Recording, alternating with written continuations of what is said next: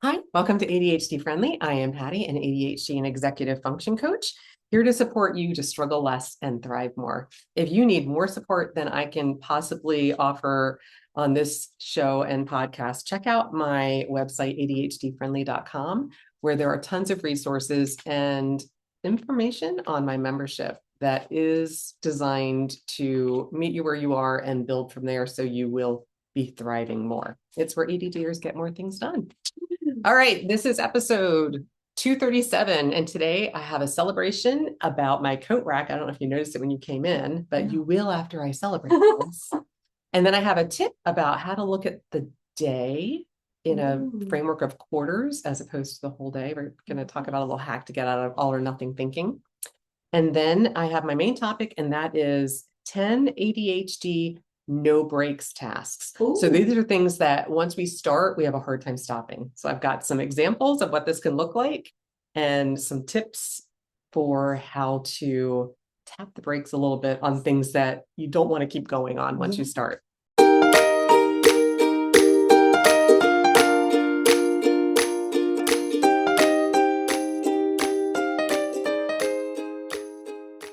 All right, so let's start as always with our celebration.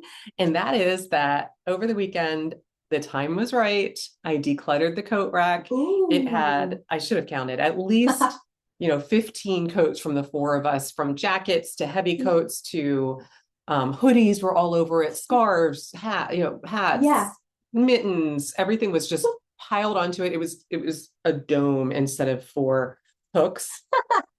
And so I took everything off of it. Nice. I sorted everything. I hung them all up in the hall closet and only left out like light jackets, and put all of the scarves and the hats away. I can get them out if I need them, which I did need them for a walk this week, but I put them back in the closet because I don't need them out at this point in the year. It's going to be warm enough that they can stay in the closet.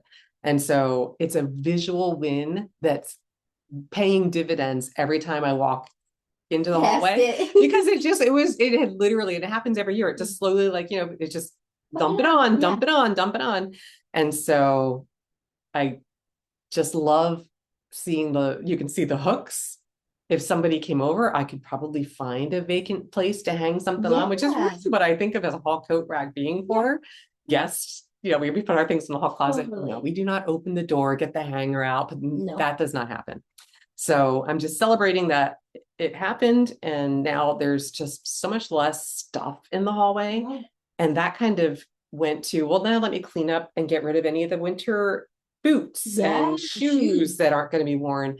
And so that's all tidy now. And it's very satisfying to go into the hallway and have that. Now, I'll love just as much in the fall, getting out those bulky things again. But for right now, I like that it's less is more. So I'm enjoying that. All right. What I purchased this week, I purchased a bunch of moisturizing things. So I was out of my, my body lotion. I was out of my face moisturizer, and I was out of my CoverGirl foundation. Okay. So I know I use different kinds of foundation, but I found this CoverGirl Simply Ageless foundation that I have been using, but I was getting a little tired of it. I don't know why, just it's good to switch it up. Yeah. And so I went and I found that CoverGirl makes a little compact that is foundation, but also has SPF. Oh, love that. Yeah. So I got that. I got my Eucerin Intensive Repair Lotion and my AM and PM moisturizing lotions, which I use the CeraVe, which has those really good reviews. Totally. And the AM, both of them are oil-free. I have very oily skin, so I don't need the oil. But the AM has the SPF 30. So now I feel like I'm double every day because I am not a put on this and then this and layer with this. I need my facial moisturizer to have the SPF in it. It's just easier. One and done. Yeah. I am not going to remember at another time, I'm going outside. I better it just needs to be in the same thing. And I don't want typical moisturizers are a lot heavier. They are. That have the SPF. So I just love the CeraVe. I've been using that for a while. But I also got the PM one, which I didn't know they had a PM one, which is also oil-free. And that's more like it's a little creamier. It is like a little, it's not serum. It's kind of a mixture between a serum and a lotion. It has like a little translucent, or the day cream is like a white cream that goes in. But they were all around $15 each. And now I am loosened up, got everything I need for moisturizing. So they were all needs. Yes. But it felt good to have all new. It was very sparkly and really pulling me into my moisturizing routines. I'm enjoying that. I don't have an item of the week. I was thinking about the CoverGirl foundation, but I just started using it and I'm not sure yet how I'm feeling about it as the weather's getting warmer and my face is more oily. If it's getting cakey or what it's, so I'm just kind of or melt off. Yeah, I don't know. I'm gonna watch and see if you're noticing a difference in my skin. Yeah, it's nice and glowy. Episode 2. Okay.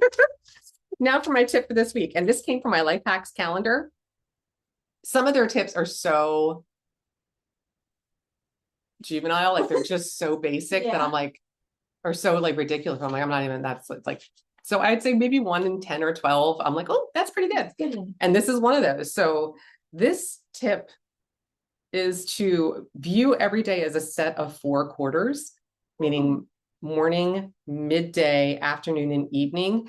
So you can have a bad quarter and still. And not a bad day. Exactly. Which very sparkler for ADHD brains, because we tend to be so all or nothing that if we wake up and we don't feel on, great, whatever, it's going to be a bad day. And then that mentality, it's literally lining you up to like gather proof. Like, see, I knew it wasn't going to be a good day. I knew it. And it can just drain the entire day.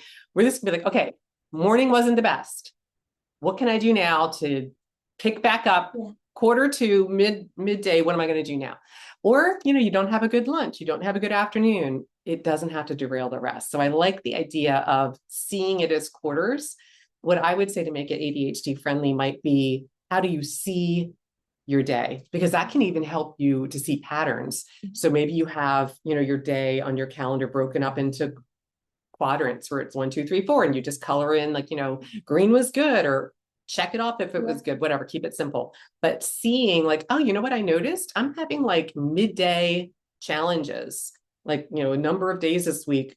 That was like a time that I really noticed didn't go as well. Yeah. So what would I do to support it? So I just like breaking out of the all or nothing, but also how to see that evidence of, what, it wasn't a great evening, but I got up and I had 3 good quarters today. Or I had half a day, it was just spent. And then I decided, no, I'm not going to give up this whole day. I'm going to take it back. So you can see the evidence that you can push back when your brain wants to do the all or nothing. It's like, no, I can still salvage this. That's a good one. Yeah. Maybe even, thinking about what does help you to salvage or turn a quarter around. If you have one that isn't the best, what do you do? What are the patterns that let you to shift from it? So I thought that was a good one to share. So if you find a way to use it, something that you notice helps you to do that, please post episode 237. We all learn from each other.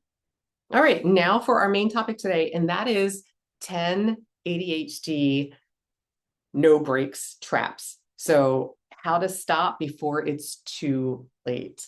So if you've ever told yourself, like, I'll just have one Oreo, right? Or just one chip, or I'll just watch one more episode of this TV show.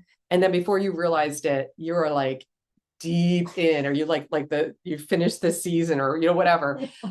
That's a great example of no breaks. So sometimes we have a hard time getting started. And once we start, we can keep going. And that's a way to use our brain to strengthen it. We just look for those ways to get started. But other times, once we start, we can't stop. And that's a red flag. That's what are the things that my breaks don't work for? Right. So it's like, oh my gosh, like I'm going downhill and nothing is slowing me down. So it might even be like, I'm just going to throw the laundry in and now I'm deep cleaning and I'm late for work. Right. So it's like, okay, well, now that the laundry's in, I see there's all these like little piles of dog hair along. Let me just sweep up the floor. Well, now that I swept it before the dog's hair, let me just go ahead and mop it. And like we're deep into what we're doing. And it's like, that's not my challenge, but that could be some ADHD. Yes. It's just an example. So remember, it's not just about starting, because we've talked a lot about how to get started. Yes. It's also about stopping. So this is what we're going to talk about, is where do you notice your brain's brakes aren't working the way you need them to?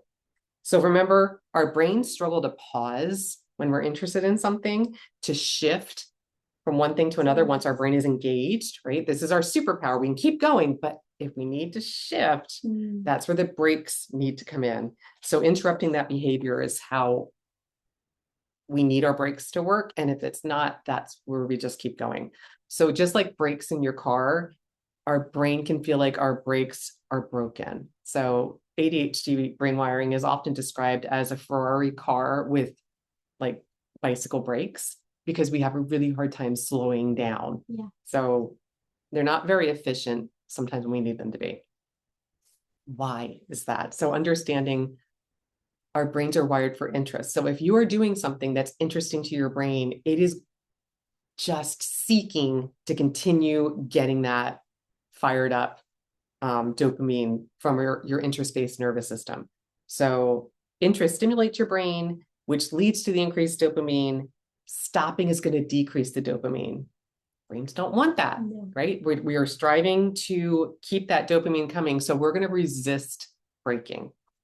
So once we're engaged in a task, we could lose all awareness of time, right? Which is why, we suddenly will realize, I am so late. How did that happen? And switching becomes really hard. It can feel like we're stretching time in that moment. Like, I'm just going to finish this. Or, oh, I've just got one more episode. It'll be fine. And now we're like exhausted for the next day. Yeah. Telling ourselves that we're going to stop also doesn't work. So it might be like, I'm just going to sit down and watch one episode. Or I'm going to eat just one chip out of this bag. We have great intentions. We struggle to implement and follow through with our intention. So this could look in real life like, I'm just going to look at social media for a minute. And now we're just scrolling and an hour has gone by or more. I'm just going to online shop. Yeah, for how long, right? We don't put structure around it. It's, I'm just going to tweak one more thing. This is me in the slide deck. I'm just going to tweak one more thing. And I will continue tweaking. Keep diving. Yeah, up until the minute I'm like, oh, I have to go start the presentation. We'll overclean or organize one area. I remember my mother, who totally had ADHD, not diagnosed, just my own personal observation now with what I know. Came to visit when my kids were little, and she was like, oh my gosh, Patty, your sink is a mess. I'm gonna just clean this. I'm like, okay. It was my kitchen stainless steel sink, double sink. Not kidding you when I tell you she spent about 3 hours on the sink. I remember literally thinking, this will never, it looked brand new. I couldn't believe it, but I was like, no wonder I never cleaned this sink. I would never do that ever, ever, ever. And she just looked so sad. She was just in there, every little nook and cranny, unbelievable. Nope. But again, she was really into it. It was very satisfying for some reason to her brain. We might overdo exercising once we start. I don't think I have. But if you haven't done anything for a while, you might do too much and just be sore. Oh, yeah. I remember my dad did that when he got an exercise rowing machine, and he literally had to go to PT because he overdid it. Because he hadn't been doing anything, and he kind of went on it with the mindset of what he used to be able to do, and totally did not go well. We'll go into research rabbit holes. So, and let me just look this up. Let me see what's the best dishwasher, what's the best, whatever. And now we've got spreadsheets and data, and we know everything in the world there is to know about every brand, the reliability, the cost, the whatever. Maybe we start a conversation and then we can't stop, where somebody else is even you can see them, they're looking for a way out, and we're just yeah, let's talk. I'm telling you. We might read something well into the night because we can't stop, we can't put it down. When I work with clients on how to support transitioning to sleep, how to get your brain to be willing to go into your room and go to sleep, because that's often boring. And remember, our brains are wired for interest. One of the things I'll ask them is what's something that you could read without your brain getting so into it that you're going to be wide awake in 3 more hours still reading. Yeah, I didn't think about that. If your book's too interesting. Yeah, it's finding that right. It can't be so boring that you don't care and you don't want to go read it. It has to be something that you're okay, yeah, I want to go read that. But so it might be rereading something that you already know how it ends. So your brain's just the comfort, cozy, oh, I enjoy this, but it's not I did it. How, are they going to live? Right. This can also apply to things like gambling. like, oh, I'm just going to play one hand, or drinking, I'm going to have just one drink, overeating, a lot of the different things that can get in the way. Keeping that in mind, whether even like coffee, like I'm gonna have one cup and now we've had five and we're like, so just thinking about, what is it for you that your breaks aren't working the way that you need them to? Keep in mind, it's not a lack of discipline. It is a lack of breaks. Okay. So it's not that, well, you know what? I'm just not strong. It's like, no, it's recognizing once I start this thing, I know I don't have good breaks for it. Yeah. So what do we do about it? So let's talk about some breaking strategies. The first is, this is hard, but I'm telling you, it's a game changer. Before you start the thing, so we're growing our awareness, right, of the things that we're not very good with our breaks. Before you start the thing that you will struggle to use breaks with, ask yourself, what's the limit? Like pre-decide. So if it's, I'm going to watch one episode, set the sleep timer, set up something, but an alarm in a different room that forces you to get up and move away. Write it down. If it's something like that, you're like, okay, this is my plan. I'm going to check it off. I move on. That isn't strong enough for me. I need to set an alarm or a timer. Just writing down my intention for me isn't often enough. Strong enough, yeah. But if that's enough for you, notice, where would you write it? Where would you put it? How would it work? It utilizes your planning brain before you're totally engaged in the thing. And now you're like, I don't know why I thought I would only watch one. This is so good. I can't stop there. That's unreasonable. I'm going to keep going. All right. Number 2, create physical or environmental interruptions. So things like timers, app blockers. So setting something for like an hour so that if you're scrolling on social media or playing a game, it will cut you off after a set amount of time. Or leave space in it, leave your snack somewhere else. So if you, I always tell my kids, if you're getting the pretzels or chips, don't eat from the bag. We have no awareness of how much we're eating. Put it in a designated snack bowl so that you have your limit, and then put the snack away so that it's requiring you. You have to make a decision. Do I want to go and fill it up again? So it's giving you that little pause that's hitting the brakes for you. Number 3, create fiction for high risk activities. So high risk is what high risk is for you. For me, it's like, don't keep Oreos in the house. I don't keep social media apps on my phone because I don't miss them once they're gone. But if they're there, it's too easy for me to just find myself scrolling. So create friction. It doesn't mean I can't get the snacks. I can go to the store and get Oreos if I want them, but I'd have to go to the store, right? What I want is accessible, but it's going to take some effort for me to get to it. Make continuing harder. So, if you have like, okay, I'm going to have Oreos, I'm going to have 3, maybe you give them to somebody else. Like, don't let me have any more. Or those little, the time safes where you're like, this won't open again for 5 hours. You can set it. They're all over Amazon. I've talked about them on previous episodes, but they can be game changers where you keep them in there and it won't open again until a set time. Or we used to have to literally padlock our snack cabinet because our kids would I'm like, wait, they're just gone. So recognizing, how to make getting more harder. Number 4, create exit ramps. So by that, I mean, at the end of this page, I'm going to stop reading. So maybe I'd like to flag things like, this is where I'm going to end. And I'll flip ahead because if the end of the chapter is in 20 pages, that might be too much. I don't have time to sit and read 20 pages, but I'll look for a break. And I'm like, okay, I'm going to flag right there. It's not the end of the chapter, but it is apparently the end of that little section before it starts a new one. So I'm going to stop there and I flag it to remind me. It's going to reduce the resistance to stopping. It's reminding you, oh, that flag's there. That's right. This is where I plan to stop. It just makes it easier. It's like that little breaking. You're slowing down and giving yourself a chance to exit from that activity. And the next one is to increase your awareness. So to do any of these, we're going to need to increase our awareness of where are the breaks not working for you and where do you need stronger breaks. So I recommend pick one area that you know your brakes aren't working and pick one thing to tap the brakes a little bit or slow you down to support yourself to notice how it works for you. The things that will work for you are not the same things that will work for me or will work for Rebecca or will work for your partner, your siblings, whoever else is doing whatever works for them. It's finding what works for you and then asking yourself what it would look like if you were going to try implementing it. If it's too resistant, you might really push back. Yeah. So find the thing that you're willing to experiment with and just notice how it works.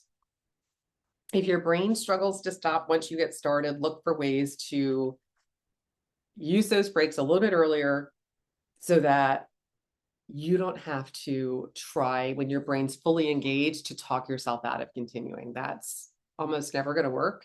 We want to access our brakes before we're going kind of out of control downhill. I always think of those ramps where they're like out of control, whatever it always says, the semi truck off ramp where it's just like a dirt grassy hill.